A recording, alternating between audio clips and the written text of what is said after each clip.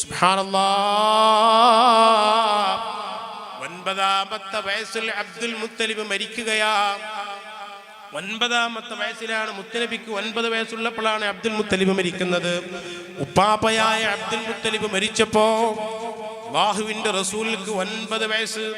ഈ 9 വയസ്സുള്ള പേരക്കുട്ടിന്റെ കൈ പിടിച്ച് എന്തൊരു രസമുള്ള രൂപം പ്രിയപ്പെട്ടവരെ. അതുപോലെ മുത്തനബിയെ പോലെ വിരിഞ്ഞ മാർവിടം, നല്ല നീളം, അതേ ഒത്ത നീളത്തേക്കാൾ കുറച്ചുകൂടി നീളമുള്ള നീളമാണ് മുത്തനബിക്കുള്ളത്. അവിടുത്തെ കൈയിന്റെ വിരലുകൾ മുഴുവനും തടിച്ച കൈവിരലുകളാണ്. തോട്ടക്കൈയായിരുന്നു, ഓട്ടക്കൈയായിരുന്നില്ല. ഓട്ടക്കൈയല്ല, തോട്ടക്കൈയായിരുന്നു. റസൂലുള്ളാഹിന്റെ കൈകൾ അങ്ങനെയായിരുന്നു. അതേ ലഹ്മുൽ ഖറാദീസ് എന്ന് ശമാഇൽ തുർമദിയിൽ ഇമാം തുർമദി പറഞ്ഞിട്ടുണ്ട്. അങ്ങനെ ശരീരത്തിന്റെ എല്ലാ ഭാഗങ്ങളും മഹാന്മാര് വർണ്ണിച്ചിട്ടുണ്ട്. പ്രിയപ്പെട്ടവരെ, നടക്കുമ്പോൾ മുന്നോട്ടാഞ്ഞിട്ടാണ് നടക്കൽ.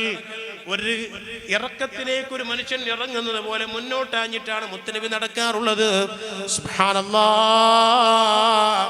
നിങ്ങൾ മനസ്സിലൊന്ന് ചിത്രീകരിച്ചു നോക്കൂ. 9 വയസ്സുള്ള ആ പ്രായത്തിലുള്ള മുത്തനബിനെ കാണാൻ എന്ത് വഞ്ചുണ്ടാകും, ചെറുക്കുണ്ടാകും. അബ്ദുൽ മുത്തലിബ് മരിച്ചപ്പോ, ഉപ്പാപ്പ മരിച്ചപ്പോ അതുവരെ ഉപ്പയില്ലാത്ത വിഷമം മുത്തനബി അറിഞ്ഞിരുന്നില്ല. ഉപ്പയുടെ എല്ലാ സ്ഥാനങ്ങളും ഉപ്പാപ്പ അബ്ദുൽ മുത്തലിബ് നൽകി. ഉപ്പാപ്പ അബ്ദുൽ മുത്തലിബ് മരിച്ചപ്പോ ആ മയ്യത്ത് കിടത്തിയിരുന്ന റൂമിൽ ഉപ്പാപ്പാന്റെ തലഭാഗത്തിരുന്ന് മുത്തനബി ഇങ്ങനെ കരയുകയാണ്. 9 വയസ്സുള്ള റസൂൽ അങ്ങനെ കരയുമ്പോ പലരും എടുത്തു കൊണ്ടുപോകാൻ ശ്രമിച്ചു നോക്കി, പലരും മാറ്റാൻ നോക്കി. അവിടെ നിന്ന് പോകാതെ അവിടെ തന്നെ ഇരുന്ന് 9 വയസ്സുള്ള മുത്തനബി കരയുകയാ. അപ്പൊ ഉപ്പയില്ല, ഉമ്മയില്ല. ഉപ്പയും പോയി, ഉമ്മയും പോയി. പിന്നെ ആകെയുള്ളത് ഈ ഉപ്പാപ്പയാണ്. അബ്ദുൽ മുത്തലിബ് മരിക്കുമ്പോ 100-ലധികം വയസ്സുണ്ട്. ആ അബ്ദുൽ മുത്തലിബ് മരിക്കുന്ന സന്ദർഭത്തിൽ പ്രിയപ്പെട്ടവരെ അവിടുത്തെ തലഭാഗത്തിരുന്ന് കരഞ്ഞു, എഴുന്നേറ്റ് പോയില്ല. അവസാനം ആ മയ്യത്തെടുത്തുകൊണ്ട് മറവ് ചെയ്യാൻ വേണ്ടി ആളുകളൊക്കെ പോകുമ്പോൾ 9 വയസ്സുള്ള മുത്തനബി ആ മയ്യത്തും കട്ടിലിന്റെ അരികിലൂടെ നടന്ന് കരഞ്ഞ് കരഞ്ഞ് കണ്ണീരൊഴിക്കുന്നത് സഹാബത്ത് കണ്ടിട്ടുണ്ട്. എന്തായിരിക്കും ആ മനസ്സിന്റെ വേദന? ഉമ്മയെന്ന് വിളിക്കാൻ ഒരാളുണ്ടായില്ല, ഉപ്പയെന്ന് വിളിക്കാൻ ഒരാളുണ്ടായില്ല. എല്ലാം സംരക്ഷണം നൽകിയ ഉപ്പാപ്പയും പോവുകയാ. 9 വയസ്സുള്ളപ്പോഴാ. പ്രിയപ്പെട്ട സഹോദരങ്ങളെ, അങ്ങനെ പിന്നെ അബൂ ത്വാലിബ് അന്ന് മുതൽ നോക്കാൻ തുടങ്ങിയതാണ്. അന്ന് മുതൽ ആ 9ാമത്തെ വയസ്സ് അല്ലെങ്കിൽ 13ാമത്തെ വയസ്സ് അന്ന് മുതൽ നോക്കാൻ തുടങ്ങിയതാണ് അബൂ ത്വാലിബ്. ആ അബൂ ത്വാലിബ് മുത്തനബിക്ക് 50 വയസ്സുള്ളത് വരേക്കും അബൂ ത്വാലിബ് നോക്കി. 50 വയസ്സ് വരേക്കും അബൂ ത്വാലിബ് നോക്കി. 50ാമത്തെ വയസ്സുള്ള അബൂ ത്വാലിബ് മരിച്ചു. പ്രിയപ്പെട്ടവരെ, 3 ദിവസം കഴിഞ്ഞിട്ട് ഖദീജ ബീവി മരിക്കുകയാണ്. മുത്തനബിന്റെ ഏക തണലായിരുന്നു ഖദീജ ബീവി. മുത്തനബിന്റെ ഏക സംരക്ഷകനായിരുന്നു അബൂ ത്വാലിബ്. നിങ്ങൾ ആലോചിച്ചു നോക്കൂ, 2 പേരും മരിക്കുന്നത് 3 ദിവസത്തിന്റെ ഡിഫറൻസ് ആണ്, വ്യത്യാസമാണ്. അല്ലാഹുവിന്റെ പരീക്ഷണങ്ങൾ അതിജയിക്കേണ്ടവരാണ് നമ്മളെന്ന് അല്ലാഹ് പഠിപ്പിക്കുകയാ. ആമുൽ ഹുസൻ എന്നായിരുന്നു ആ വർഷത്തിന്റെ പേര്. 50ാമത്തെ വർഷം വയസ്സിന്റെ പേര് ആമുൽ ഹുസൻ, ദുഃഖത്തിന്റെ കൊല്ലം. ദുഃഖം തന്നെയായിരുന്നു അന്ന്. അല്ലാഹുവിന്റെ റസൂൽ കഅബത്തിന്റെ അടുത്തേക്ക് പോയി. അബ്ദുൽ മുത്തലിബും അബൂ ത്വാലിബും മരിച്ചു, ഖദീജ ബീവിയും മരിച്ചു. കഅബത്തിന്റെ അടുത്തേക്ക് പോയപ്പോൾ ദുഷ്ടനായ ഒരു മനുഷ്യൻ വന്ന് മുത്തനബിന്റെ തലയിലേക്ക് മണ്ണ് വാരിട്ടു. അവിടുത്തെ ശറഫാക്കപ്പെട്ട തലയിലേക്ക് മണ്ണ് വാരിട്ടു. റസൂലുള്ളാഹിന്റെ തലയിലേക്ക് മണ്ണ് വാരിട്ടു. മുത്തനബിന്റെ തലയിൽ മണ്ണ്. മക്കയിൽ നിന്ന് കഅബത്തിന്റെ ഓരത്തുനിന്ന് ഒരു പിടി മണ്ണെടുത്ത് മുത്തനബിന്റെ തലയിലേക്ക് ഇട്ടിട്ട് അല്ലാഹുവിന്റെ റസൂലിനെ തടയാ, അല്ലാഹുവിന്റെ റസൂലിന് സംരക്ഷണമേകാനോ ഈ ദുഷ്ടനെ തടയാനോ ആരും ഉണ്ടായില്ല.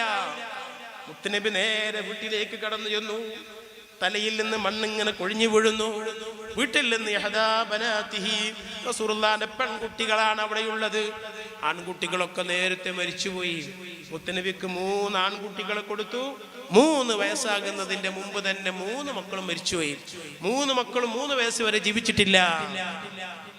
മുത്തനബിക്ക് അള്ളാഹു 7 മക്കളെ കൊടുത്തിട്ട് 7 മക്കളിൽ 6 മക്കളും മുത്തനബിന്റെ ഹയാത്ത് കാലത്ത് തന്നെ മരിച്ചുപോയി. പ്രിയപ്പെട്ടവരെ, 7 മക്കൾ കൊടുത്തിട്ട് 6 മക്കളും മുത്തനബി സല്ലല്ലാഹു അലൈഹി വസല്ലം തങ്ങളുടെ ഹയാത്ത് കാലത്ത് തന്നെ മുത്തനബി വഫാത്താകുന്നതിന് മുമ്പ് ഈ 6 മക്കളും മരിച്ചുപോയി.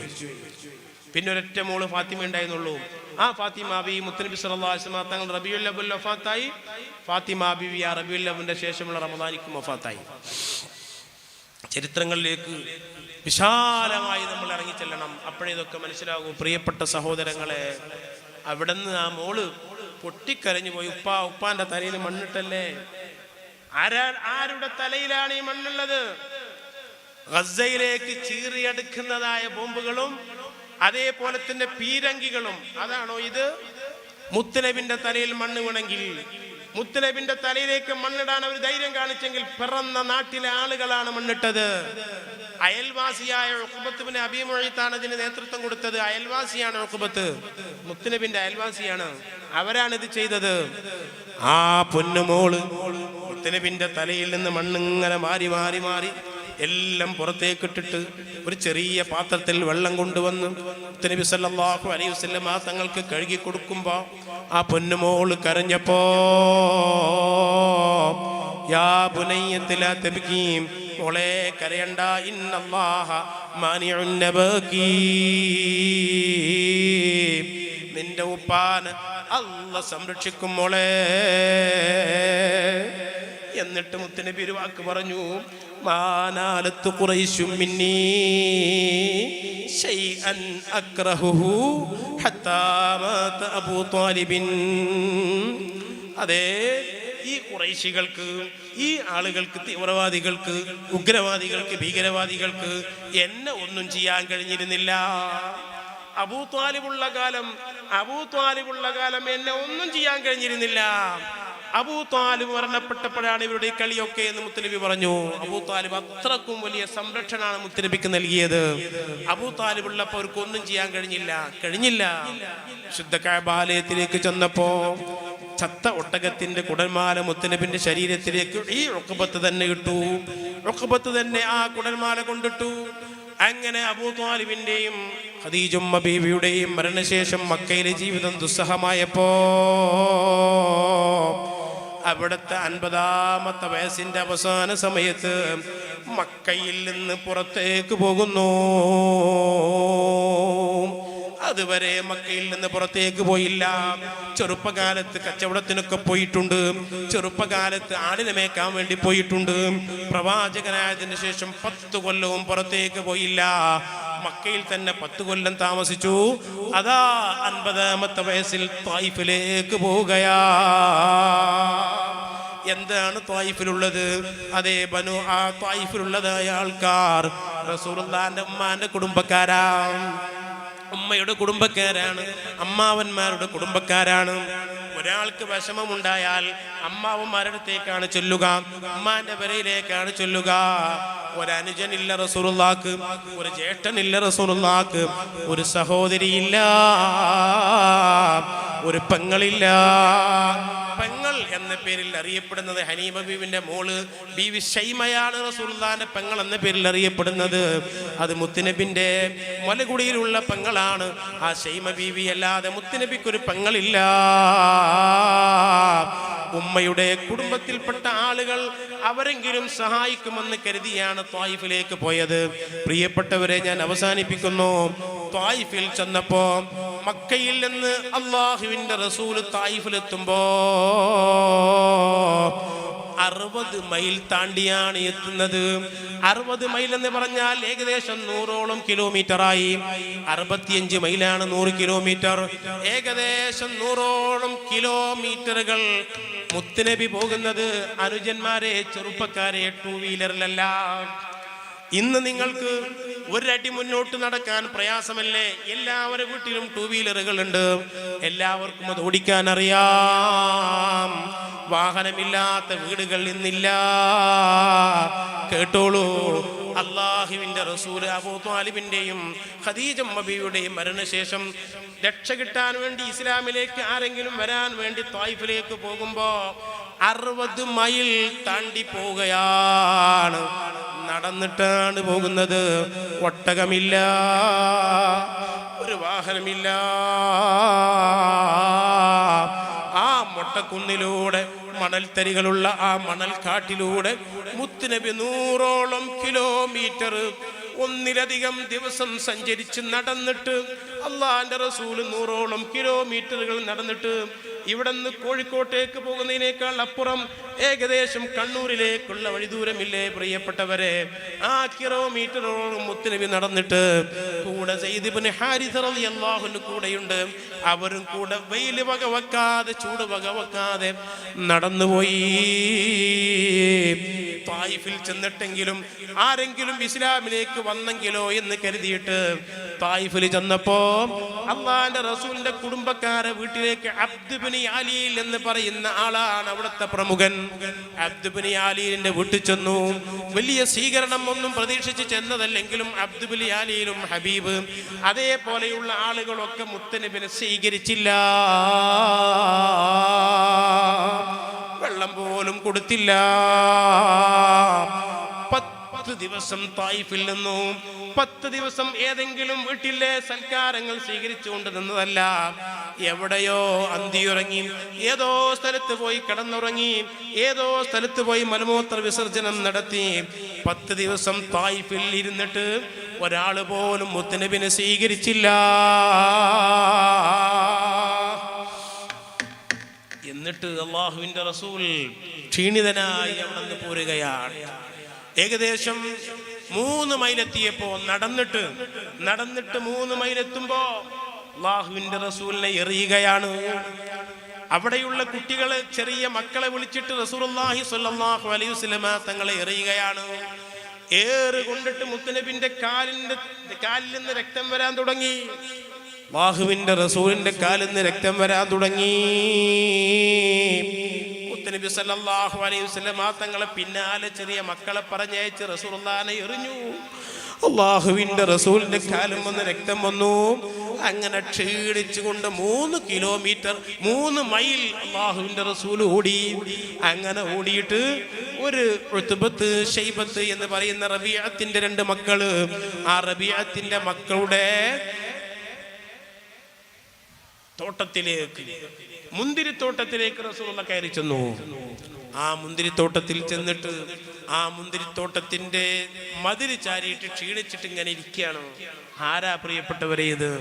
50 വയസ്സായിരിക്കുന്നു. 50 വയസ്സായിരിക്കുന്നു. അല്ലാഹുവിന്റെ റസൂലിന്റെ കാലും വന്ന് രക്തം വന്നു. മക്കയിൽ നിന്ന് രക്തം വന്നിട്ടുണ്ടായിരുന്നില്ല. മക്കയിൽ നിന്ന് രക്തം ചിന്തിയിരുന്നില്ല. തായിഫിൽ ചെന്ന് 10 ദിവസം നിന്ന് ഒരു പ്രയോജനം ഉണ്ടായില്ല. എന്നിട്ട് ആ റബീഅത്തിന്റെ 2 മക്കളായ ഉത്ബത്തിന്റെയും ഷൈബത്തിന്റെയും മുന്തിരിത്തോട്ടത്തില് ക്ഷീണിച്ചുകൊണ്ട് റസൂൽ അങ്ങനെ ഇരിക്കുമ്പോ അദ്ദാസ് എന്ന് പറയുന്ന തോട്ടം നോക്കുന്ന ആൾ, ആ തോട്ടത്തിന്റെ ഉടമസ്ഥരുടെ സമ്മതപ്രകാരം ഒരു കുല മുന്തിരി മുത്തുനബിക്ക് കൊണ്ടുപോയി കൊടുത്തു. ഒരു കുല മുന്തിരി മുത്തുനബിക്ക് കൊണ്ടുപോയി കൊടുത്തപ്പോൾ അദ്ദാസിന്റെ മുഖത്തേക്ക് നോക്കി. ആ മുന്തിരിയിൽ നിന്ന് ക്ഷീണം അകറ്റാൻ വേണ്ടി മുത്തുനബി ആ മുന്തിരി ഇങ്ങനെ തിന്നുമ്പോ ബിസ്മില്ലാഹിർ റഹ്മാനിർ റഹീം എന്ന് പറഞ്ഞിട്ട് ഇങ്ങനെ തിന്നുമ്പോ അദ്ദാസ് മുഖത്തേക്ക് നോക്കി. എന്തൊരു വാക്കാണിത്? നിങ്ങൾ ആരാ? അദ്ദാസ് ചോദിച്ചു, നിങ്ങൾ ആരാ? ഞാൻ പ്രവാചകനാണ്. അദ്ദാസിനോട് ചോദിച്ചു, നീ എവിടത്തുകാരനാ? അദ്ദാസ് പറഞ്ഞു, ഞാൻ നീനവാ സ്വദേശിയാണ്, ഇവിടെ പണിക്കാരനാണ്, നീനവാ സ്വദേശിയാണെന്ന് പറഞ്ഞപ്പോ പറഞ്ഞു, അഖി യൂനുസ്, എന്റെ സഹോദരൻ യൂനുസ് നബിന്റെ രാജ്യമാണതെന്ന് പറഞ്ഞു കൊടുത്തു. അങ്ങനെ അദ്ദാസ് ഇസ്ലാം മതം സ്വീകരിച്ചു. ഹബീബായ മുഹമ്മദുർ റസൂലുള്ളാഹി സ്വല്ലല്ലാഹു അലൈഹി വസല്ലമ തങ്ങൾ അവിടെ നിന്ന് പുറപ്പെട്ടു. ഖർനുൽ മനാസിൽ എന്ന് പറയുന്ന സ്ഥലത്തെത്തി. ഖർനുൽ മനാസിൽ എന്ന് പറയുന്ന സ്ഥലത്തെത്തിയപ്പോ മഹാനായ ജിബ്രീൽ അലൈഹി സ്വലാത്തു വസ്സലാം വന്നു. ജിബ്രീൽ ഒരു മേഘത്തിന്റെ ഉള്ളിലായി ജിബ്രീൽ വന്നിട്ട് പറഞ്ഞു, യാ റസൂലല്ലാഹ്, ത്വായിഫിൽ വെച്ച് അങ്ങ് അനുഭവിച്ച വിഷമങ്ങൾ അല്ലാഹു കാണുന്നുണ്ട്. ത്വായിഫിൽ വെച്ച് അങ്ങേക്ക് ഏറി കിട്ടിയത് അല്ലാഹു കാണുന്നുണ്ട്. ത്വായിഫിൽ 10 ദിവസം തങ്ങിയിട്ട് 1 സെക്കൻഡ് പോലും അങ്ങയെ സ്വീകരിക്കാത്ത ജനതയെ അല്ലാഹു കാണുന്നുണ്ട്. അതുകൊണ്ട് എൻ്റെ കൂടെ ആ മല കൊണ്ട് ഏൽപ്പിക്കപ്പെട്ട, മലയുടെ ഉത്തരവാദിത്തപ്പെട്ട മലക്ക് എൻ്റെ കൂടെയുണ്ട്. മല കൊണ്ട് ഏൽപ്പിക്കപ്പെട്ട മലക്ക് റസൂലുള്ളാഹിനോട് സംസാരിക്കുകയാണ്, യാ റസൂലല്ലാഹ്, ഈ രണ്ട് കാണുന്ന മല അഖ്ശബൈൻ, അബൂ ഖുബൈസ് മലയും ആ അബൂ ഖുബൈസിന്റെ ഓപ്പോസിറ്റുള്ള മലയും, ഈ രണ്ട് മലയും കൂടി ഞാൻ എടുത്തിട്ട് ഈ മക്കക്കാരിലും ത്വായിഫുകാരിലും എല്ലാവരുടെയും ശരീരത്തിന്റെ മുകളിലേക്ക് അങ്ങ് മലയിടട്ടെ, തങ്ങൾ സമ്മതിച്ചാ മതി. ഇത്ര തങ്ങളെ ധിക്കരിച്ച, ഈ രൂപത്തിൽ തങ്ങൾ ആക്രമിച്ച, ഈ രൂപത്തിൽ തങ്ങളെ ശല്യം ചെയ്ത ആളുകൾ വേണ്ട നബിയെ. അഖ്ശബീൻ എന്ന മലക്ക് പറഞ്ഞു, ഈ രണ്ട് മലകൾ, അഖ്ശബീനിയാകുന്ന ഈ രണ്ട് മലകൾ ഞാൻ അവരുടെ മുകളിലേക്ക് അങ്ങ് വലിച്ചെറിയട്ടെ എന്ന് ചോദിച്ചപ്പോ മുത്തുനബി സല്ലല്ലാഹു അലൈഹി വസല്ലമ റഹ്മത്തുൽ ലിൽ ആലമീൻ ശഫീഉൽ വറാ റസൂലുള്ളാഹ് ബിദുല്ലി വഇഖ്ഫിലാസി വഫഖരി വഫാഖതി ഇലൈക റസൂലല്ലാഹി അസ്ബഹ്തു അഹ്റുബു. തുല്യതയില്ലാത്ത നേതാവ്, അമേരിക്കക്കാരടക്കമുള്ള ലോകത്തെ നശിപ്പിക്കുന്ന രാഷ്ട്രങ്ങൾ പഠിക്കട്ടെ. പാവപ്പെട്ട കുട്ടികളെ കൊല്ലുമ്പോ അത് പ്രതിരോധമാണെന്ന് പറഞ്ഞിട്ട് നോക്കി നിൽക്കുകയല്ല ചെയ്യേണ്ടത്. ലോകത്ത് ഇസ്രയേലിനെ പോലെ യുഎൻഒവിന്റെ 12 പ്രമേയങ്ങൾ, യുഎന്നിന്റെ 12 പ്രമേയങ്ങൾ അംഗീകരിക്കാത്ത ഒരേ ഒരു രാജ്യം ഇസ്രയേൽ മാത്രമാണ്. യുഎൻഒവിനെ അംഗീകരിക്കാത്ത ഒരു രാജ്യം ഇസ്രയേൽ മാത്രമാണ്. ഇത്ര തമ്മാടികളും ധിക്കാരികളുമായ ഒരു രാജ്യമില്ല. ആ രാജ്യത്തെ പിന്തുണക്കുന്ന ഒരു ലോകത്തിലെ ഏറ്റവും ഭീകരന്മാരാ. അവരൊക്കെ കേൾക്കട്ടെ. പ്രിയപ്പെട്ടവരെ, മുത്തുനബി സല്ലല്ലാഹു അലൈഹി വസല്ലമ തങ്ങൾ പറഞ്ഞത് വേണ്ട. എന്നെ 10 ദിവസം ഒരു സ്വീകരണം പോലും നൽകാത്തവര്, ഒരു വെള്ളം പോലും നൽകാത്തവര്, ഈ രൂപത്തിൽ ആക്രമിച്ചവർ, അവരാരും നശിക്കണ്ട. അർജു അൻ യഖ്റുജ മിൻഹും മൻ യഅബുദുല്ലാഹ വഹദാ. അല്ലാഹനെ മാത്രം ആരാധിക്കുന്ന ആരെങ്കിലും അവർ കൂട്ടത്തിൽ നിന്ന് വന്നാലോ ഞാനത് ആഗ്രഹിക്കുകയാ. മുത്തുനബി സമ്മതിച്ചില്ല, നോവിക്കാൻ സമ്മതിച്ചില്ല, ആക്രമിക്കാൻ സമ്മതിച്ചില്ല. ഇതുകൊണ്ടാണ് മുത്തുനബി സല്ലല്ലാഹു അലൈഹി വസല്ലമ തങ്ങള് റഹ്മത്തുൽ ലിൽ ആലമീൻ, ലോകത്തിനാകമാനം റഹ്മത്ത് എന്ന് നമ്മൾ പറയുന്നത്. അല്ലാഹു സുബ്ഹാനഹു വ തആല അവിടുത്തെ റഹ്മത്ത് നമുക്കെല്ലാവർക്കും നൽകി അനുഗ്രഹിക്കുമാറാകട്ടെ. എത്ര പറഞ്ഞാലും പറഞ്ഞു തുടങ്ങാൻ വരെ കഴിയാത്ത അത്രക്കും മഹത്വമുള്ള അല്ലാഹുവിൻ്റെ റസൂൽ ഞാൻ അവസാനിപ്പിക്കുന്നു. പ്രിയപ്പെട്ടവരെ, ആ റസൂലുള്ളാഹിന്റെ ജമാല്, കമാല്, നവാൽ, റസൂലുള്ളാഹിന്റെ സൗന്ദര്യം, അവിടുത്തെ പരിപൂർണത, അവിടുത്തെ ഔദാര്യം, അവിടുന്ന് ലോകത്തിന് ചെയ്ത എല്ലാവിധ ഔദാര്യങ്ങളും, ഈ 3 കാര്യങ്ങളും ഒരു മുസ്ലിമായ മനുഷ്യൻ പഠിക്കണമെന്നാണ്. മഹാന്മാരായ സഹാബത്ത് ചെറുപ്പത്തിൽ തന്നെ കുട്ടികൾക്കത് പഠിപ്പിച്ചു കൊടുക്കാറുണ്ടായിരുന്നു. അള്ളാഹുവിൻ്റെ റസൂലിൻ്റെ നിറം, അള്ളാഹുവിൻ്റെ റസൂൽ എവിടെ ജനിച്ചു തുടങ്ങിയ കാര്യങ്ങളൊക്കെ ചെറുപ്പത്തിൽ ഉമ്മമാർ, ഉപ്പമാർ മക്കൾക്ക് പഠിപ്പിച്ചു കൊടുക്കേണ്ടതാണ്. മുത്തുനബിയെ പറ്റി പഠിപ്പിച്ചു കൊടുക്കണം, ചെറുപ്പത്തിലേ പഠിപ്പിച്ചു കൊടുക്കണം. മുത്തുനബിയെ സംബന്ധിച്ച് അത് മാതാപിതാക്കളെ കടമയാണ്. സഹാബത്ത് അത് ചെയ്തിരുന്നു.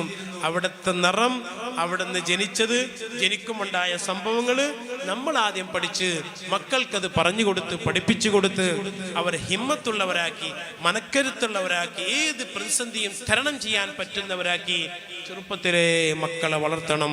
ഞാൻ ഓതി വെച്ച ആയത്ത്, ഖുൽ ഇൻ കുന്തും തുഹിബ്ബൂനല്ലാഹ്, നബിയെ തങ്ങൾ മനുഷ്യന്മാരോട് പറഞ്ഞു കൊടുക്കുക, നിങ്ങൾ അല്ലാഹുവിനോട് മഹബ്ബത്തുണ്ടെങ്കിൽ ഫത്തബിഊനി യുഹിബ്ബുകുമുല്ലാഹ്, നിങ്ങൾ എന്നെ പിൻപറ്റണം, നിങ്ങൾ എന്നെ പിൻപറ്റണം. അല്ലാഹുവിനെ സ്നേഹിക്കുന്നുവെങ്കിൽ റസൂലുള്ളാഹിനെ സ്നേഹിക്കണം, എന്നാൽ അല്ലാഹു നിങ്ങളെ സ്നേഹിക്കും.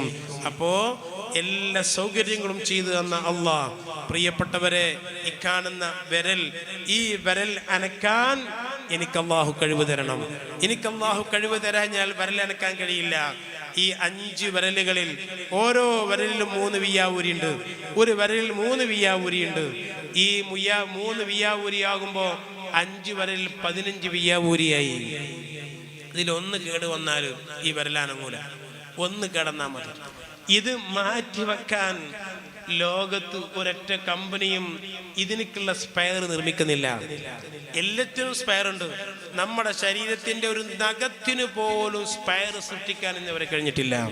അത് പോകട്ടെ, നിങ്ങൾ ചെറിയ സൂചി എടുത്ത് ആ സൂചിന്റെ മുകളിലേക്ക് നമ്മുടെ കയ്യിൽ നിന്ന്, കയ്യിന്റെ അഗ്രത്തിൽ നിന്ന് ഒരു തുള്ളി രക്തത്തിന്റെ ചെറിയ കണിക എടുത്ത് ആ സൂചിന്റെ തെല്ല് ഭാഗത്ത് തങ്ങി നിൽക്കുന്ന രക്തത്തിന്റെ കണികയുണ്ടല്ലോ, ആ ഒരു കണികയിൽ 50,000 ചുവന്ന രക്തത്തിന്റെ അണുക്കളുണ്ട്. ആ ഒരു തുള്ളി രക്തത്തിൽ 50,000 ചുവന്ന രക്തത്തിന്റെ അണുക്കളുണ്ടെന്ന് ഹദീസല്ല, ശാസ്ത്രജ്ഞന്മാർ പറയുകയാണ്. ആരാത് സൃഷ്ടിച്ചത്? ഒരു തുള്ളി രക്തത്തിലാണ്. ഈ ഒരു തുള്ളി രക്തം ചന്ദ്രയാൻ സൃഷ്ടിച്ചിട്ട് 3,80,000 കിലോമീറ്ററാണ്. 40 ദിവസം സഞ്ചരിച്ചിട്ടാണ് നമ്മുടെ ചന്ദ്രനിൽ പോയി ലാൻഡ് ചെയ്തത്. ആ ചന്ദ്രനിൽ പോകുന്ന മനുഷ്യന്മാർ, ഇനി സൂര്യനിലേക്ക് പോകാൻ ശ്രമിക്കുന്ന മനുഷ്യന്മാർ, അതിൻ്റെയും അപ്പുറത്ത് 68 കോടി കിലോമീറ്റർ ഭൂമിയിൽ നിന്ന് സഞ്ചരിച്ച് 68 കോടി കിലോമീറ്റർ ഭൂമിയിൽ നിന്ന് സഞ്ചരിച്ച് ഏകദേശം 10-ലധികം മാസം സഞ്ചരിച്ച് ചൊവ്വയിൽ എത്തി മറ്റൊരു ഉപഗ്രഹം. ഇങ്ങനെയൊക്കെ ചെയ്തിട്ടും ഒരു തുള്ളി രക്തമുണ്ടാക്കാൻ മനുഷ്യന് കഴിഞ്ഞില്ല. ഒരു തുള്ളി രക്തം ഉണ്ടാക്കാൻ കഴിഞ്ഞില്ല. രക്തം ഉണ്ടാക്കാൻ പോകട്ടെ, ഉള്ള രക്തത്തിന്റെ പോസിറ്റീവ് ഒന്ന് നെഗറ്റീവ് ആക്കാൻ കഴിഞ്ഞില്ല.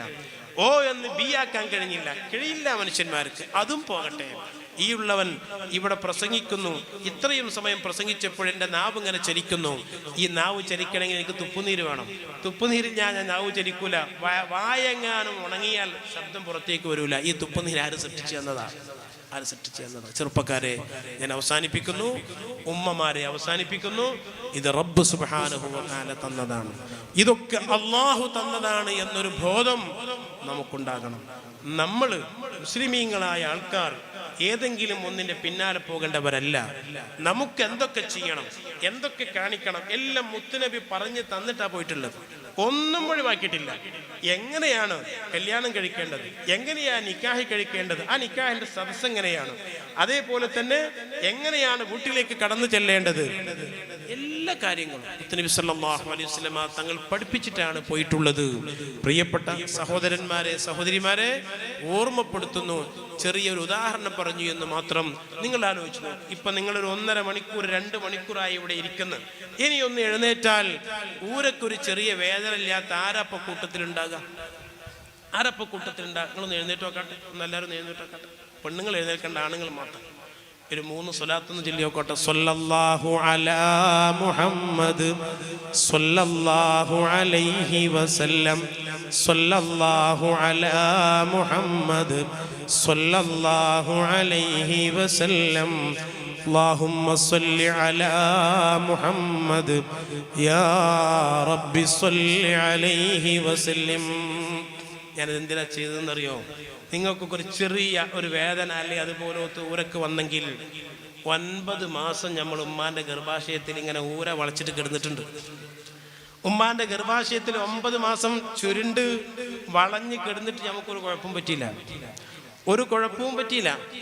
പ്രിയപ്പെട്ട സഹോദരന്മാരെ, നിപ്പ വന്നത് വവ്വാലിലൂടെയാണെന്ന് പറയുന്നു. അങ്ങനെ ഓരോന്ന് വന്നത് ഓരോന്നിലൂടെയാണെന്ന് പറയുന്നു. നമ്മൾ ജീവനൊന്ന് വേറെ, റൂഹൊന്ന് വേറെ. ജീവനൊന്ന് വേറെ, ഹയാത്ത് റൂഹ് രണ്ടും ഒന്നുമല്ല. 4 മാസത്തിന് മുമ്പ് തന്നെ ജീവൻ ഉണ്ടാകാം, റൂഹ് 4-ാമത്തെ മാസത്തിലേ ഉണ്ടാകൂ. പ്രിയപ്പെട്ട സഹോദരങ്ങളെ, അല്ലാഹു ജല്ല ജലാലുഹു നമുക്ക് നമ്മുടെ ശരീരത്തിൽ റൂഹ് വന്നതിന് ശേഷം ഭക്ഷണം വേണം. ആ ഭക്ഷണം ഉമ്മയുടെ ഗർഭാശയത്തിൽ നിന്ന് അള്ള തരുന്നത്. ഒരു പെണ്ണ് ഗർഭിണിയായാൽ മെൻസസ് സ്റ്റോപ്പാവും, നിന്നുപോകും. ആ ഹൈദ് രക്തം ഫിൽട്ടർ ചെയ്തിട്ട്, ആ ഹൈദ് രക്തം ശുദ്ധി ചെയ്തിട്ട് ഒരു പ്രത്യേകമായ പൈപ്പിലൂടെ അല്ലാഹു സുബ്ഹാനഹു വ തആല എനിക്കും നിങ്ങൾക്കും ആ രക്തം ഫിൽട്ടർ ചെയ്തിട്ട് തന്നു, ഭക്ഷണം തന്നു. ആലോചിക്കണം നമ്മൾ. ആരാ തന്നത്? ഒരു കുഞ്ഞ് 7 മാസത്തിലൊന്ന് പ്രസവിച്ചു നോക്കട്ടെ. 2 ദിവസം മുമ്പ് ഒരു ചെറുപ്പക്കാരൻ വന്നിട്ട് എന്നോട് പറഞ്ഞു, ഉസ്താദെ, എൻ്റെ മോള് 3-ാമത്തെ മോള്, അവൾ 2-ാമത്തെ പ്രസവത്തിന് ഗർഭിണിയാണ്. സ്കാൻ ചെയ്തപ്പോൾ കുട്ടിൻ്റെ ഒരു കൈ മുട്ടിൻ്റെ കീഴ്പ്പെട്ടില്ലെന്നാണ് പറയുന്നത്. മുട്ടിൻ്റെ കീഴ്പ്പെട്ട് ഒരു കൈയില്ല, അതുകൊണ്ട് ആ കുട്ടിനെ നശിപ്പിക്കണമെന്ന് പറയുന്നു. റൂഹ് 6 മാസമായിക്കണം, റൂഹ് ഉദിക്കണം, നശിപ്പിക്കണം എന്ന് പറയുന്നു. 21 വയസ്സാണ് എൻ്റെ മോൾക്കുള്ളത്.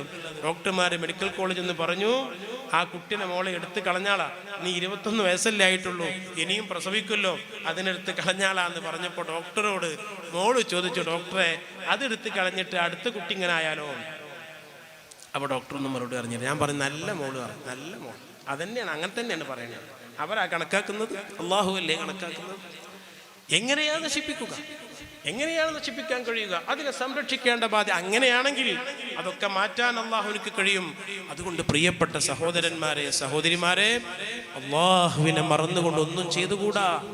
അള്ളാഹു സുബ്ഹാനഹു വ തആല ഈ രൂപത്തിൽ ഉമ്മയുടെ ഗർഭാശയത്തിൽ സംരക്ഷണം നൽകി നമുക്ക്.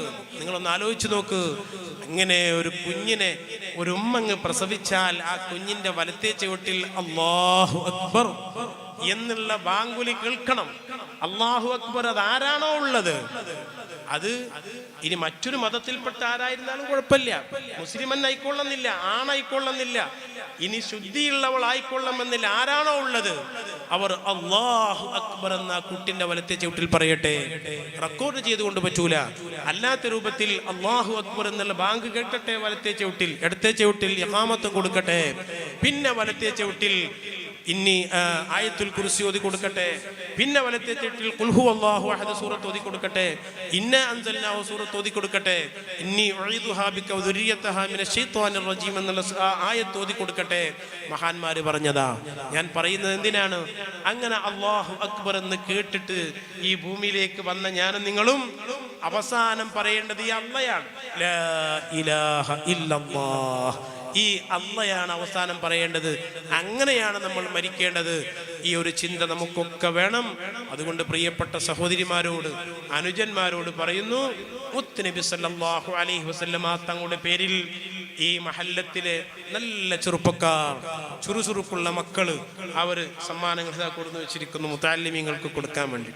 അവര് വല്ലാതെ പണിയെടുത്തു. ഞാൻ ഇന്നലെ വന്നിട്ട് അങ്ങോട്ട് പോയിട്ട് ഇന്ന് വരണ്ടെന്ന് വിചാരിച്ചത്. പക്ഷേ കുട്ടികൾ വളരെ ആവേശത്തിനാണെന്ന് പറഞ്ഞപ്പോൾ അവരെ നിരാശപ്പെടുത്താൻ പാടില്ലല്ലോ. ഇങ്ങനെ നമ്മളെ മക്കള് അള്ളാഹുവിൻ്റെ ദീനിനെ സ്നേഹിച്ചുകൊണ്ട്, മുത്തുനബിനെ സ്നേഹിച്ചുകൊണ്ട് ആ മക്കൾ ചെയ്യുമ്പോൾ അതിനെ പ്രോത്സാഹിപ്പിക്കൽ നമ്മുടെ കടമയാണല്ലോ. ആ നിലക്ക് മാത്രം വീണ്ടും വന്നതാണ്. ഇന്നലെ വന്നിട്ട് ഇവിടുന്ന് ഭക്ഷണം കഴിച്ച് പോയതാണ്. അപ്പോൾ ഇന്ന് വീണ്ടും വന്നത് അതിൻ്റെ ഒരേ ഒരു കാരണം കൊണ്ട് വന്നതാണ്. അല്ലാഹു സുബ്ഹാനഹു വ തആല ചെറുപ്പക്കാരെ സ്വാലിഹീങ്ങളാക്കുമാറാകട്ടെ. അവരെ സഹായിച്ച നമ്മുടെ മഹല്ല് കമ്മിറ്റി എല്ലാവരും വേണ്ട പോലെ ഇന്നലെ പ്രസിഡന്റും മറ്റുള്ള ആളുകളൊക്കെ തന്നെ ആശംസകൾ അർപ്പിച്ചു. അങ്ങനെ കാരണവന്മാർ, കമ്മിറ്റി അവർ പറയുന്നത്, അവരുടെ നിർദ്ദേശപ്രകാരം കുട്ടികൾ നീങ്ങുന്നത്, അതാണ് ഒരു മഹല്ലത്തിന്റെ കെട്ടുറപ്പ്. രാഷ്ട്രീയം അത് അങ്ങനെ പറയുന്നതൊക്കെ ഉണ്ടാവും, അതില്ലാത്ത ആൾക്കാരുണ്ടാവില്ല, പല രാഷ്ട്രീയക്കാരുണ്ടാവുമല്ലോ, അതൊക്കെ വേറെ. അള്ളാഹുവിൻ്റെ ദീനിന് വേണ്ടി ഏത് രാഷ്ട്രീയമാണെങ്കിലും ഒന്നിച്ച് ഒത്തൊരുമയോടുകൂടെ ദീനിന് വേണ്ടി പ്രവർത്തിക്കുന്നതാണ് നമ്മൾ ചെയ്യേണ്ടത്. ഇന്നേ വരെ മുസ്ലിമീങ്ങൾ ഈ നമ്മുടെ രാജ്യത്ത് കാണിച്ചു തന്നതും അതാണ്. അല്ലാഹു സുബ്ഹാനഹു വ തആല ഈ മഹല്ലത്തിൽ ബർക്കത്ത് ചെയ്യുമാറാകട്ടെ, കെട്ടുറപ്പും യോജിപ്പും സന്തോഷവും പ്രദാനം ചെയ്യുമാറാകട്ടെ. എല്ലാവിധ ആപത്ത് മുസീബത്തുകളെ തൊട്ട് അള്ളാഹു കാത്തുരക്ഷിക്കുമാറാകട്ടെ. ഞാൻ അവസാനിപ്പിക്കുന്ന ഒരൊറ്റ കാര്യം നിങ്ങളോട് പറയുകയാണ്. അള്ളാഹുവിൻ്റെ റസൂല് വഫാത്താകുമ്പോൾ, മുത്തുനബി വഫാത്താകുമ്പോൾ അവിടെ നിന്ന് ഇങ്ങനെ നാവ് കൊണ്ടൊരു കാര്യം പറയുന്നുണ്ട്. അവിടെ നിന്ന് നാവ് കൊണ്ടൊരു കാര്യം പറയുന്നുണ്ട്, ശബ്ദം പുറത്തേക്ക് വരുന്നില്ല. ആ സമയത്ത് ചെകിട് താഴ്ത്തിക്കൊണ്ട് മഹാന്മാരായ സഹാബത്ത് അത് കേട്ടപ്പോൾ മുത്തുനബി പറഞ്ഞ എന്താണെന്നറിയോ? അസ്വലാ അസ്വലാ അസ്വലാ. അല്ലാഹുവിൻ്റെ റസൂൽ പറഞ്ഞു, 2 വട്ടം പറഞ്ഞു, നിങ്ങൾ നിസ്കാരം ശ്രദ്ധിക്കണേ, നിസ്കാരം ഒഴിവാക്കരുതേ. നിങ്ങൾ അറിയുമോ, മുത്തുനബി സല്ലല്ലാഹു അലൈഹി വസല്ലം തങ്ങൾ റബീഉൽ അവ്വൽ 12 തന്നെയാണ് വഫാത്താകുന്നത്, തിങ്കളാഴ്ച തന്നെയാണ് വഫാത്താകുന്നത്, ദുഹാ സമയത്ത്. അല്ലാഹുവിൻ്റെ റസൂല് അന്ന് ആ വഫാത്തിന്റെ ദിവസം സഹീഹുൽ ബുഖാരിയിൽ കാണാം, വഫാത്തിന്റെ ദിവസം പള്ളിയിലേക്ക് വരാൻ കഴിയാതെ വീട്ടിലിരിക്കുകയാണ്. അബൂബക്കർ സിദ്ദീഖ് റളിയല്ലാഹു അൻഹു ഇമാമായി നിസ്കരിക്കുകയാണ്. മദീനത്തെ പള്ളിയിൽ മഹാന്മാരായ സഹാബത്ത് മുഴുവനും വേദനിച്ച്, മുത്തുനബി ഇല്ലാത്ത നിസ്കാരം, 17 വഖ്ത് നിസ്കാരം സിദ്ദീഖുൽ അക്ബർ ഇമാമായി നിസ്കരിച്ചിട്ടുണ്ട്. 3 ചില്ലാനം ദിവസം സിദ്ദീഖുൽ അക്ബർ തങ്ങൾ ഇമാമായി നിസ്കരിച്ചിട്ടുണ്ട്. പലപ്പോഴും മുത്തുനബി ഒരു വെള്ള തുണി നെറ്റിമ്മങ്ങനെ കെട്ടിയിട്ട് വരും. അത് കാണുമ്പോഴത്തേനും സഹാബത്ത് കരയാൻ തുടങ്ങും. മുത്തുനബിന്റെ വേദന, ശക്തമായ തലവേദന. ആ തലവേദന കൊണ്ടൊരു വെള്ള തുണി നെറ്റിമ്മ കെട്ടിയിട്ട് ഫദ്ൽ ഇബ്നു അബ്ബാസ് തങ്ങൾ ഒരു ഭാഗത്ത്, അലി ഇബ്നു അബി താലിബ് തങ്ങൾ വേറെ ഭാഗത്ത്, രണ്ടുപേരും താങ്ങിപ്പിടിച്ച് മുത്തുനബിയെ പള്ളിയിലേക്ക് കൊണ്ടുവരും. രണ്ടുപേരും താങ്ങിപ്പിടിച്ച് പള്ളിയിലേക്ക് കൊണ്ടുവരും. അങ്ങനെ അവിടെ വന്ന് ഇരുന്ന് സിദ്ദീഖ് റളിയല്ലാഹു അൻഹു നിസ്കരിക്കുന്നു, മുത്തുനബി ഇരുന്ന് നിസ്കരിക്കുന്നു. അങ്ങനെയും വരാൻ വയ്യാതെയായി. സുബഹി സമയത്ത് സിദ്ദീഖുൽ അക്ബർ തങ്ങൾ ഇമാമായി നിസ്കരിക്കുകയാ. ഇമാമായി നിന്ന് ആ സമയത്ത് വഫാത്തിന്റെ ആ ദിവസം, പ്രിയപ്പെട്ടവരെ, ഞാൻ അവസാനിപ്പിക്കുന്നു. എൻ്റെ ശബ്ദം കേൾക്കുന്ന എല്ലാവരെയും ഓർമ്മപ്പെടുത്തുകയാണ്. പ്രത്യേകിച്ച് ഈ പരിപാടി സംഘടിപ്പിക്കാൻ വേണ്ടി കഠിനാധ്വാനം ചെയ്ത എൻ്റെ അനുജന്മാർ, മക്കളോട് ഞാൻ ഓർമ്മപ്പെടുത്തുകയാണ്. വിശിഷ്യ അനുജത്തിമാരോട്, സഹോദരിമാരോട് ഓർമ്മപ്പെടുത്തുകയാണ്. നിങ്ങൾ അറിയുമോ, ആ ദിവസത്തിൽ, വഫാത്തിന്റെ ആ ദിവസത്തിൽ സുബ്ഹിക്ക് സഹാബത്ത് ഇങ്ങനെ സഫായി നിൽക്കുന്നു, സിദ്ദീഖ് തങ്ങൾ ഇമാമായി നിൽക്കുന്നു. ആ സമയത്ത് അല്ലാഹുവിന്റെ റസൂൽ ഫറഫഅ സിത്ര, അവിടുന്ന് ആ വിരിയൊന്ന് പൊന്തിച്ചു. വിരി പൊന്തിച്ചിട്ടൊന്ന് ഇങ്ങനെ നോക്കി. അപ്പൊ സഹാബത്ത് പറയാണ്, ഞങ്ങളങ്ങോട്ട് കണ്ടപ്പോ, മുത്തുനബിന്റെ ആ മുഖം കണ്ടപ്പോ ഞങ്ങൾ നിസ്കാരം ബാത്തിലായി പോവോ, സന്തോഷം കൊണ്ട് നിസ്കാരം ബാത്തിലായി പോവോ എന്ന് വിചാരിച്ചു. ആ മുഖം, പ്രകാശിക്കുന്ന ആ മുഖം, അൻത ഫിൽ കുല്ലി ജമീലു വജമാലു യാ മുതഈ, എല്ലാവിധ സൗന്ദര്യമുള്ള ആ മുഖം ഞങ്ങളങ്ങ് കണ്ടപ്പോ ഞങ്ങളൊക്കെ നിസ്കാരം ബാത്തിലായി പോകുമോ, സന്തോഷം കൂടെ നിസ്കാരം ബാത്തിലായി പോകുമോ എന്ന് വിചാരിച്ച് സിദ്ദീഖ് തങ്ങൾ മെഹ്റാബിൽ നിന്ന് പിന്നോട്ടടിച്ച് റസൂലുള്ളാഹി നിസ്കരിക്കാൻ വേണ്ടി വരുമോ എന്ന് വിചാരിച്ച് പിന്നോട്ടടിച്ചപ്പോ അവിടെ തന്നെ നിന്നോളൂ എന്ന് പറഞ്ഞിട്ട് നിസ്കാരത്തിൽ സഫ് നിൽക്കുന്ന സഹാബത്തിനെ കണ്ട് മുത്തുനബി പുഞ്ചിരിച്ചു. അള്ളാഹുവിന്റെ റസൂലിന് അവിടെയുള്ള മദീനത്തുള്ള സഹാബിമാര് മുഴുവനും പുഞ്ചിരിക്കാനുള്ള അവസരം ഉണ്ടാക്കി കൊടുത്തു. അള്ളാഹുവിന്റെ റസൂൽ സഹാബത്ത് നിസ്കരിക്കുന്നത് കണ്ട് ചിരിച്ചിട്ടാണോ വഫാത്തായത്? നിസ്കരിക്കുന്നത് കണ്ട് ചിരിച്ചിട്ടാണോ വഫാത്തായത്? അതുകൊണ്ട് ഉമ്മമാരെ, രക്ഷിതാക്കളെ, നമ്മൾ സന്തോഷിക്കുന്നത് മക്കൾ നിസ്കരിക്കുന്നവരാവണം. ആ നിലക്കായിരിക്കണം. മറ്റെല്ലാം കുട്ടികൾക്കുണ്ടാവട്ടെ, എന്തുണ്ടായിരുന്നാലും ശരി, എൻ്റെ മോന് നിസ്കരിക്കുന്നവനാണെന്ന് അഭിമാനം കൊള്ളാൻ, എൻ്റെ മോള് നിസ്കരിക്കുന്നവളാണെന്ന് അഭിമാനം കൊള്ളാൻ, എൻ്റെ മോള്, എൻ്റെ മോന് ഒരു നിസ്കാരവും ഒഴിവാക്കാത്തവനാണെന്ന് അഭിമാനം കൊള്ളാൻ നമുക്ക് സാധിക്കണം. അനുജന്മാരെ, ഒരു നിസ്കാരവും ഖളാ ആയിക്കൂടാ. അല്ലാഹുവിൻ്റെ റസൂൽ ആ സമയത്ത്, ആ വഫാത്തിന്റെ ഘട്ടത്തിൽ പറഞ്ഞത്, ഉമ്മത്തെ നിസ്കാരം ഒഴിവാക്കരുത് കേട്ടോ. അതെന്നെ റബ്ബിന്റെ ഹദറത്തിൽ ഖുദ്സിയിൽ ഞാൻ ചെന്നിട്ട് അവിടെ നിന്ന് അല്ലാഹ് തന്നതാണ്, അവിടെ നിന്ന് തന്നതാണ്. അതുകൊണ്ട് മുത്തുനബി ഒരു നിസ്കാരവും ഒഴിവാക്കിയിട്ടില്ല, ഒരു സുന്നത്തും മുത്തുനബിക്ക് പോയിട്ടില്ല. പ്രിയപ്പെട്ടവരെ, ആ നിസ്കാരത്തിന്റെ വിഷയത്തിൽ അല്ലാഹ് ഒരു ഉദുറും സ്വീകരിക്കൂല. അള്ളാന്റെ പക്കൽ യാതൊരു കാരണവും ബോധിപ്പിക്കാൻ കഴിയില്ല. നിസ്കാരത്തിന്റെ വിഷയത്തിൽ അല്ലാഹ് വിട്ടുവീഴ്ച ചെയ്യില്ല. നിസ്കാരം ഒഴിവാക്കിയവനെ അല്ലാഹു സുബ്ഹാനഹു വ തആല ഖബറിൽ വെറുതെ വിടൂല. അല്ലാഹു നരകത്തിൽ ഇടുക തന്നെ ചെയ്യും. അതിൽ യാതൊരു അപ്പീലുമില്ല നിസ്കാരത്തിന്റെ വിഷയത്തിൽ. അതുകൊണ്ടല്ലേ പ്രിയപ്പെട്ടവരെ, ഒരാൾക്ക് ഹജ്ജിന് പോകാൻ കഴിഞ്ഞാൽ പകരത്തിന് ആളെ പറഞ്ഞേക്കാം. നിസ്കരിക്കാൻ കഴിയാതിരുന്നാലോ, നോമ്പിന് കഴിയാതെ വന്നാൽ മുദ്ദ് കൊടുക്കാം. നിസ്കരിക്കാൻ നിന്ന് കഴിയാത്തവൻ ഇരുന്ന് നിസ്കരിക്കട്ടെ, ഇരുന്ന് നിസ്കരിക്കാൻ കഴിയാത്തവൻ കിടന്ന് നിസ്കരിക്കട്ടെ. യാതൊരു വിട്ടുവീഴ്ചയും നിസ്കാരത്തിലില്ല. അതുകൊണ്ട് മുത്തുനബിന്റെ സദസ്സിൽ പങ്കെടുത്ത മുഴുവൻ ആളുകളോടും പറയട്ടെ, ഈ സദസ്സിന്റെ സന്ദേശം, ഞാൻ നിസ്കരിക്കൂല, നിസ്കാരം ഒഴിവാക്കൂല എന്നതായിരിക്കണം. ഒരിക്കലും ഞാൻ നിസ്കാരം ഒഴിവാക്കുകയില്ല. ഏതെങ്കിലും നിസ്കാരം നിങ്ങൾക്കാർക്കെങ്കിലും പ്രായപൂർത്തി എത്തിയതിനു ശേഷം ഖളാ ഉണ്ടോ, അത് ഖളാ വീട്ടാതെ ഖബർ കെടുക്കാൻ കഴിയില്ല. ശിക്ഷ നിർബന്ധമാണ്. അല്ലാഹു സുബ്ഹാനഹു വ തആല കാത്തുരക്ഷിക്കുമാറാകട്ടെ. പ്രിയപ്പെട്ടവരെ, ഓരോ ഹർക്കത്തുകളിലും എല്ലാ ഘട്ടത്തിലും അള്ളാഹിനെ കുറിച്ച് നമുക്ക് ഓർമ്മ വേണം. എല്ലാം തന്നത് അള്ളാഹുവാണ്. ആ അള്ളാഹുവിനെ ധിക്കരിച്ചുകൊണ്ട് ഒന്നും നമുക്കുണ്ടായിക്കൂടാ. ഒരു ദിവസം നമ്മുടെ പള്ളിയിലുള്ള 6 കാലുള്ള മയ്യത്ത് കെട്ടില് നമ്മുടെ വീട്ടിന്റെ ഉമ്മറത്ത് വന്നിട്ട്, നമ്മളുണ്ടാക്കിയ വീട്, നമ്മൾ അധ്വാനിച്ച വീട്, നമ്മൾ അവിടെ ചെലവഴിച്ച് നമ്മുടെ സംസാരങ്ങളും നടത്തങ്ങളും ഇരുത്തങ്ങളും ഒക്കെ കണ്ട ആ വീട്ടിൽ നിന്ന് ഒരു 3 തുണിക്കഷ്ടം, ആ തുണിക്കഷ്ടത്തിൽ എന്നെയും നിങ്ങളെയും ഫലസ്തീനിലെ മക്കളെ അവിടുത്തെ ഉമ്മമാര് പൊതിഞ്ഞത് നിങ്ങൾ കണ്ടില്ലേ? അതേപോലെ പ്രിയപ്പെട്ടവരെ ഒരു ദിവസം പൊതിഞ്ഞിട്ട് വീട്ടിൽ നിന്ന് പിടിച്ച് ഇറക്കിയിട്ട് എല്ലാവരും കയറുന്ന ഒരു മയ്യത്ത് കെട്ടിൽ, ഒരു മഹല്ലത്തിൽ ഒരു മയ്യത്ത് കെട്ടിലേ ഉണ്ടാവുള്ളൂ. നമ്മളെ വീട്ടിലൊക്കെ ഒന്നിലധികം വാഹനങ്ങളുണ്ട്. ഒരു വീട്ടുകാരനും എനിക്ക് കിടക്കാനുള്ള മയ്യത്ത് കെട്ടിൽ എന്ന് പറഞ്ഞിട്ട് ഒരു മയ്യത്ത് കെട്ടിൽ വീട്ടിലുണ്ടാക്കൂല. എല്ലാവർക്കും കിടക്കാനുള്ള ഒരു മയ്യത്ത് കെട്ടിലുണ്ട്. ആ മയ്യത്ത് കെട്ടിൽ കിടന്നിട്ട് നമ്മൾ ഖബറിലേക്ക് പോകേണ്ടി വരും. എൻ്റെ ഖബറിൽ ഞാൻ, നിങ്ങളുടെ ഖബറിൽ നിങ്ങൾ. അതാ എത്രയോ കാലമായി ഉമ്മ അവിടെ കിടക്കുന്നു, ബാപ്പ കിടക്കുന്നു. പ്രിയപ്പെട്ടവരെ, അതുകൊണ്ട് ആ ഒരു ഓർമ്മ നമുക്ക് വേണം. ഖൽഫി കരീമാതുൻ അലയ്യാ ബവാകിയാ വഫീഹിന്ന ഉമ്മീ സദീഖി വഇത്റതി. 11 മണിക്ക് മയ്യത്തെടുക്കുമെന്ന് പറഞ്ഞാൽ അതിൻ്റെ മുമ്പ് 10:45 തന്നെ യാസീൻ ഓതുകയാണ്. 11:05 അവിടെ കൂടി നിൽക്കുന്നവർ ചോദിക്കുന്നു, എന്തേ 11 മണിക്ക് കൊടുക്കുന്നല്ലേ പറഞ്ഞത്? ഒരു 5 മിനിറ്റ് പോലും എന്നെയും നിങ്ങളെയും നമ്മളുണ്ടാക്കി വീട്ടിൽ കിടത്തൂല,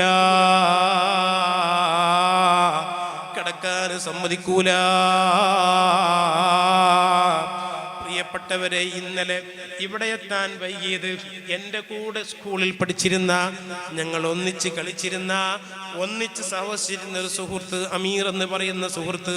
പ്രിയപ്പെട്ടവരെ, എൻ്റെ അതേ പ്രായമാണ്, ഞങ്ങൾ ഒന്നിച്ച് കളിച്ചിരുന്നവരാണ്.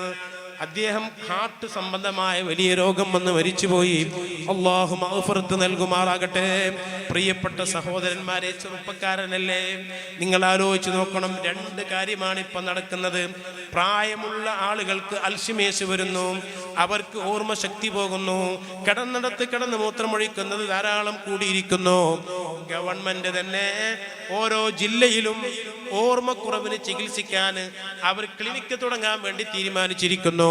മറ്റൊരു കാര്യം ശ്രദ്ധിക്കേണ്ടത്, ചെറുപ്പക്കാര് പെട്ടെന്ന് കുഴഞ്ഞു വീണ് മരിക്കുന്നതാണ് കാണുന്നത്. അതുകൊണ്ട് പ്രിയപ്പെട്ടവരെ, അതിൻ്റെ മുമ്പ് എല്ലാ ഉത്തരവാദിത്തങ്ങളും നിർവഹിച്ചുകൊണ്ട് അതേ ഉമ്മ എന്ന് വിളിക്കുന്ന ഒരു ദിവസം വരും. മക്കളെല്ലാവരും ഉമ്മ എന്ന് വിളിക്കും. ആ ഉമ്മ വീട്ടിൽ നിന്ന് ഇറങ്ങിപ്പോയാൽ പിന്നെ ആ വീട്ടിലേക്ക് വരില്ല. ഇന്നലെ അവരെ വീട്ടിലേക്ക് ചെല്ലുമ്പോ ഉമ്മയെന്ന് വിളിച്ച ആ പൊന്നുമോന് പിന്നെ ഉമ്മയെന്ന് വിളിക്കാൻ ഒരാളില്ല. ഇന്നലെ അവരെ ബാപ്പയെന്ന് വിളിച്ച, ബാപ്പ എന്ന് വിളിച്ചവന് ബാപ്പയില്ല. ആ ബാപ്പാന്റെ അവസാനത്തെ ഇറക്കം പിന്നെ അങ്ങോട്ടില്ല. പിന്നെ ബാപ്പാനെ കാണൂല, ഉമ്മാനെ കാണൂല. ഉമ്മയില്ലാത്ത കല്യാണമായിരിക്കും, ബാപ്പയില്ലാത്ത കല്യാണമായിരിക്കും, സൽക്കാരങ്ങളായിരിക്കും. പ്രിയപ്പെട്ടവരെ, ഇത് അനുഭവിക്കാനുള്ളതല്ലേ, അത് സംഭവിക്കുന്നതല്ലേ. അതുകൊണ്ട് ആ സമയത്ത് ലാ ഇലാഹ ഇല്ലല്ലാഹ് എന്ന് ചൊല്ലി മരിക്കാനുള്ള ഒരു തൗഫീഖിന് വേണ്ടി അധ്വാനിക്കണേ, അതിനു വേണ്ടി സമയം കളയണേ. ഇന്നലെ എനിക്കും നിങ്ങൾക്കും ഉണ്ടായ ആയുസ് ഇന്നില്ല. ഇന്ന് ആയുസ് ഒരു ദിവസം കുറഞ്ഞു പോയി. ഇന്നലെ ഞാനും നിങ്ങളും ഖബറിലേക്കുള്ള ദൂരം അതിന്ന് കുറഞ്ഞു പോയി. ഞാനും നിങ്ങളും ഖബറിലേക്ക് ഇങ്ങനെ അടുത്തുകൊണ്ടിരിക്കുകയാ. ആരാരുമില്ലാതെ ഞാനും നിങ്ങളും ഒറ്റക്ക് കിടക്കേണ്ട ഒരു ഖബർ. ഇന്ന് നമ്മുടെ ഉമ്മാമ കിടക്കുന്നു, ബാപ്പ കിടക്കുന്നു, ബന്ധപ്പെട്ടവരൊക്കെ കിടക്കുന്നു. അതുപോലെ ഞാനും നിങ്ങളും കിടക്കേണ്ടി വരും. ആ മൂടുകല്ല് വെച്ച് ഒരു ചെറിയ ലൈറ്റ് പോലും ഇല്ലാതെ ഈ കാണുന്ന കവിൾത്തടം മണ്ണോട് ചേർത്തിക്കൊണ്ട് 3 ദിവസം കഴിഞ്ഞാൽ ഈ കാണുന്ന കണ്ണിറങ്ങി വന്ന് കവിൾത്തടത്തിൽ വരും. അതാണല്ലോ കണ്ണുപോക്ക്. ആ കണ്ണുപോക്കാണല്ലോ കണ്ണോക്കായത്. കണ്ണോക്ക് എന്ന് പറയുന്ന കണ്ണുപോക്കാണ്. കണ്ണോക്ക് 3-ാമത്തെ ദിവസമല്ലേ കണ്ണിറങ്ങിയിട്ട് കവിൾത്തടത്തിൽ വന്നു നിൽക്കും. സുബ്ഹാനല്ലാഹ് അലദ്ദൂദുൽ ഖുദൂദ വഗാസ ഫീഹാ അകൂലൻ ലിൽ ബരിയാതി തിറാബി. എന്റെയും നിങ്ങളും ശരീരത്തിലും ഉമ്മാന്റെയും ബാപ്പാന്റെയും ശരീരത്തിൽ ശിരസ് മുതൽ കാല് വരെ മൂക്കിന്റെ ഉള്ളിലും ചെവിന്റെ ഉള്ളിലും വായന്റെ ഉള്ളിലൊക്കെ പുഴുക്കൾ അരിച്ചു നടക്കും. സുബ്ഹാനല്ലാഹ്, വയറ് കീറിപ്പോകും, വയറ് പൊട്ടിപ്പോകും. സുബ്ഹാനല്ലാഹ്, അങ്ങനെയുള്ള ഒരു ദിവസം നമുക്കൊക്കെ വരാനുണ്ടെന്ന ഓർമ്മ പ്രിയപ്പെട്ടവരെ നമ്മുടെ മനസ്സിൽ വേണം കേട്ടോ. എൻ്റെ അനുജന്മാരോട് പറയുന്നു, മുട്ടുപുക്കളിൻ്റെ ഇടയിലുള്ള സ്ഥലം പുരുഷന്മാരെ ഔറത്താണ്.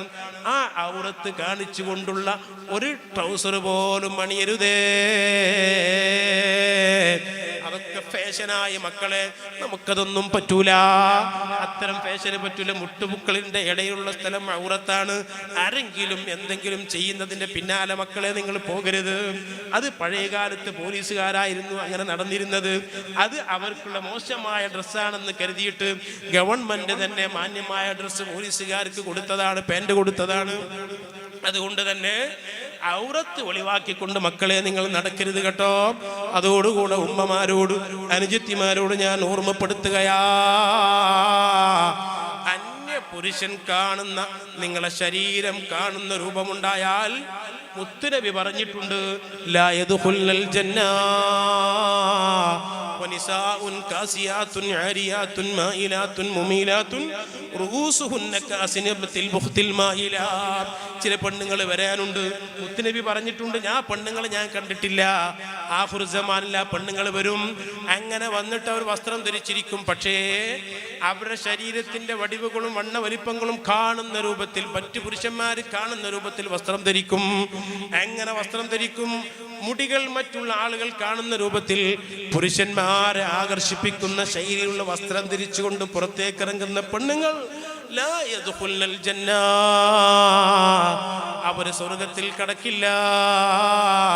വലാ യജിദുന റീഹഹാ, സ്വർഗത്തിന്റെ മണം പോലും അവർക്ക് ശ്വസിക്കാൻ കഴിയില്ല. ഉമ്മമാരെ, കുറച്ചു കാലം ജീവിച്ചിട്ട്, അതും കുറച്ചു കാലം 10-60 വയസ്സ് കഴിഞ്ഞാൽ ഷുഗർ വരുന്നു, മുട്ടുവേദന വരുന്നു, ഇങ്ങനെ രോഗങ്ങളെ കൊണ്ട് കഷ്ടപ്പെട്ട് ഉമ്മമാരെ ഒരു സെക്കൻഡ് പോലും സ്വർഗത്ത് കടക്കാൻ കഴിയാതെ വന്നാൽ, നരകത്തിന്റെ വിറകുകളായാൽ പിന്നെ ജീവിച്ചിട്ട് എന്താണ് കാര്യം? മുത്തുനബി പറയുന്നുണ്ട്, ഇങ്ങനെ പുരുഷന്മാരെ ആകർഷിപ്പിക്കുന്ന രൂപത്തിൽ, അവർക്ക് ശരീരം പ്രദർശിപ്പിക്കുന്ന രൂപത്തിൽ നടന്നാൽ അല്ലാഹു അവർക്ക് സ്വർഗം ഹറാമാക്കിയിരിക്കുന്നു. അല്ലാഹു നമ്മുടെ ഉമ്മമാരെ, അനുജത്തിമാരെ, സഹോദരിമാരെ രക്ഷപ്പെടുത്തുമാറാകട്ടെ. ഇസ്ലാമിക നിയമങ്ങളനുസരിച്ച് ജീവിക്കാൻ അവർക്ക് അല്ലാഹു തൗഫീഖ് നൽകട്ടെ. അർഹമുർ റഹീമായ റബ്ബേ, ഇന്നലത്തെ സദസ്സും ഇന്നത്തെ സദസ്സും ഞങ്ങൾ ഫലസ്തീനിലെ മക്കൾക്ക് വേണ്ടി നൽകുകയാണ്. അല്ലാഹ്, ഫലസ്തീനിലെ കുഞ്ഞു പൈതങ്ങൾ റബ്ബേ, ഫലസ്തീനിലെ ഉമ്മമാര്, അനുജത്തിമാര്, സഹോദരിമാര്, ഫലസ്തീനിലെ യോദ്ധാക്കൾ റബ്ബേ, അവരാര് തീവ്രവാദിയാക്കിയാലും ആര് മോശമാക്കിയാലും നിനക്കറിയാം, അവർ ഒരു രാജ്യത്തെയും ആക്രമിച്ചിട്ടില്ല. അവരുടെ രാജ്യത്തിനെ ആക്രമിക്കുന്നവരെ മാത്രമാണ് നേരിട്ടത്. അവർ ജനിച്ച ഭൂമിക്ക് വേണ്ടിയാണ് അവർ പൊരുതുന്നത്. അതെല്ലാവർക്കും അറിയുന്നതാണ്. റബ്ബേ, ഈ 2 ദിവസത്തെ സദസ്സ് അവരോട് ഐക്യദാർഢ്യമായി ഞങ്ങൾ പ്രഖ്യാപിക്കുന്നു. അല്ലാഹ്, അവർക്ക് നീ രക്ഷ നൽകണേ.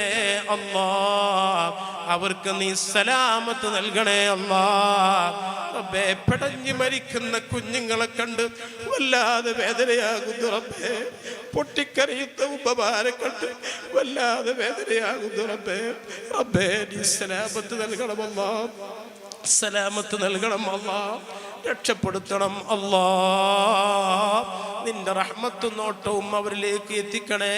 അല്ലാഹ്, അവരെ രാജ്യത്തെ നീ സംരക്ഷിക്കണേ. അല്ലാഹ്, അവരെ ആക്രമിക്കുന്നവരാരായിരുന്നാലും, അവരെ ആക്രമിക്കുന്ന അക്രമികളെ സഹായിക്കുന്നവരാരായിരുന്നാലും എല്ലാ നിലക്കും അവരെ പരാജയപ്പെടുത്തണം. അല്ലാഹ്, പരാജയപ്പെടുത്തണം. അല്ലാഹ്, അർസിലിൽ അദാബ ഇലൈഹിം, അർസിലിൽ അദാബ ഇലൈഹിം മസ്ഖുഹും കുല്ല മുമസ്ഖിൻ യാ റബ്ബ് യാ അല്ലാഹ് യാ ജബ്ബാർ യാ ഖഹാർ. റബ്ബേ, ഇവിടുത്തെ ചെറുപ്പക്കാർ അവരെ നീ നന്നാക്കണേ. അല്ലാഹ്, സ്വാലിഹീങ്ങളാക്കണേ. അല്ലാഹ്, ഒരു നിസ്കാരവും ഖളാ ആക്കാതെ നിസ്കരിക്കുന്നവരാക്കണേ. അല്ലാഹ്, ഇവിടെ തടിച്ചുകൂടിയ ഉമ്മമാരെ, അനുജത്തിമാർ അവരൊക്കെ നീ സ്വാലിഹാത്തുകളാക്കണേ. അല്ലാഹ്, അവർക്ക് സാലിഹീങ്ങളായ മക്കളെ നൽകണേ. അല്ലാഹ്, ഉള്ള മക്കളെ നീ സാലിഹീങ്ങളാക്കണേ. അല്ലാഹ്, എല്ലാവിധ ചീത്ത സ്വഭാവങ്ങളിൽ നിന്നും ലഹരികളിൽ നിന്നും അവരെ രക്ഷപ്പെടുത്തണേ. അല്ലാഹ്, ലഹരിയുടെ പിടുത്തത്തിൽ നിന്ന് ഞങ്ങളെ മക്കളെ നീ കാക്കണേ. അല്ലാഹ്, നിനക്കല്ലാതെ ആ മക്കളെ കാക്കാൻ കഴിയില്ല. അല്ലാഹ്, ഒരു നിയമത്തിനും അത് തടുത്തു നിർത്താൻ കഴിയില്ല. അല്ലാഹ്, ലഹരിയിൽ നിന്ന് ഞങ്ങളെ മക്കളെ, ഞങ്ങളെ നാടിനെ, ഞങ്ങളെ മഹല്ലത്തിനെ നീ കാക്കണേ. അല്ലാഹ്, അല്ലാഹുവേ ഞങ്ങളെ ഖബർസ്ഥാനിൽ മറപ്പെട്ട് കിടക്കുന്ന മുഴുവൻ ആളുകൾക്കും നീ മഗ്ഫിറത്തും റഹ്മത്തും നൽകണേ അല്ലാ. ഞങ്ങൾ ഇന്ന് മരണപ്പെട്ടു പോയവർക്കൊക്കെ മഗ്ഫിറത്തും റഹ്മത്തും നൽകണേ അല്ലാ. അല്ലാഹുവേ ഇതിനു വേണ്ടി സഹായിച്ച സഹകരിച്ച എല്ലാവർക്കും നീ ഖൈറും ബർക്കത്തും ഏറ്റി കൊടുക്കണേ അല്ലാ. ഈ 2 ദിവസത്തെ പരിപാടി ഈ മഹല്ലത്തിനൊരു കാവലും ഒരു പ്രകാശവും സംരക്ഷണവും ആക്കണേ അല്ലാ. അവസാനം ലാ ഇലാഹ ഇല്ലല്ലാഹ് എന്ന് ചൊല്ലി മരിക്കാൻ ഞങ്ങൾക്കൊക്കെ തൗഫീഖ് നൽകണേ അല്ലാ.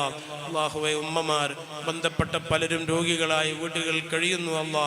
അവർക്കൊക്കെ നീ സലാമത്ത് ശിഫ നൽകണേ അല്ലാ.